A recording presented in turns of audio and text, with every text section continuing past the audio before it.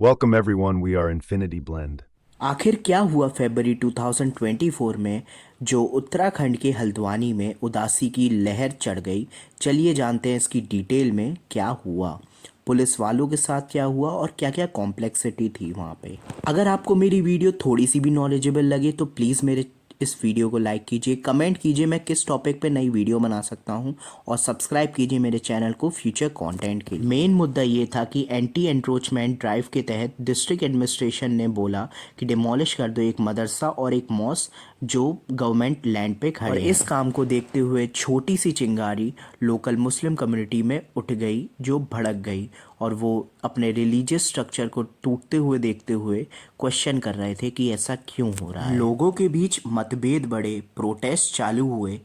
पहले तो पीसफुल थे पर अचानक से वॉयलेंस में तब्दील हो गए। पत्थरबाजी होने लगी, घर गिरने लगे और क्लैश होने लगा पुलिस वालों से। पुलिस की वापसी कार्रवाई में टीयर गैस और वाटर कैनन से जवाब दिया गया। पर अफसोस 2 लोगों ने अपनी जान गंवा दी इस लड़ाई में और अपनी फैमिली को ऐसे ही रोता हुए छोड़ के चले गए। 100 से भी ज़्यादा पुलिस वाले घायल हैं और जैसे तैसे वो बाकी के पुलिस वाले बच के आए। ये इंसिडेंट एक्सपोज करता है deeper fault lines, land rights को लेके रेजिडेंट्स और उनको भी जो डिमोलिश हो गए। ये लोगों के कंसर्न्स बढ़ाता है जो पुराने क्लेम किए हुए लैंड हैं और गवर्नमेंट ओवरलुक करे अगर किसी के हिस्टोरिकल सेंटिमेंट्स को। अगर किसी भी धर्म के रिलीजियस स्ट्रक्चर पे हाथ लगाएगा कोई तो ये दुखती हुई नस को पकड़ने जैसा होगा और कम्युनल टेंशन बढ़ जाएगी।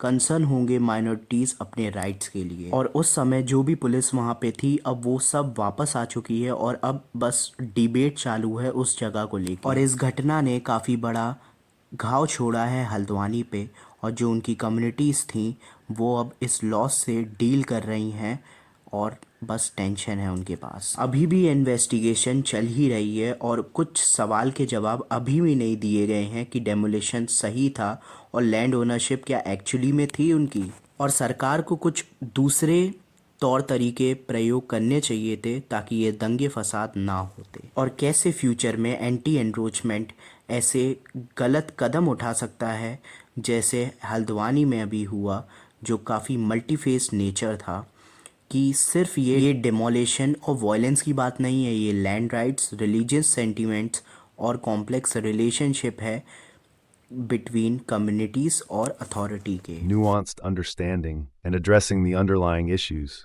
can true peace and reconciliation be achieved. Additional points. The incident's long-term impact on social harmony and inter-community relations requires careful monitoring and proactive measures to rebuild trust.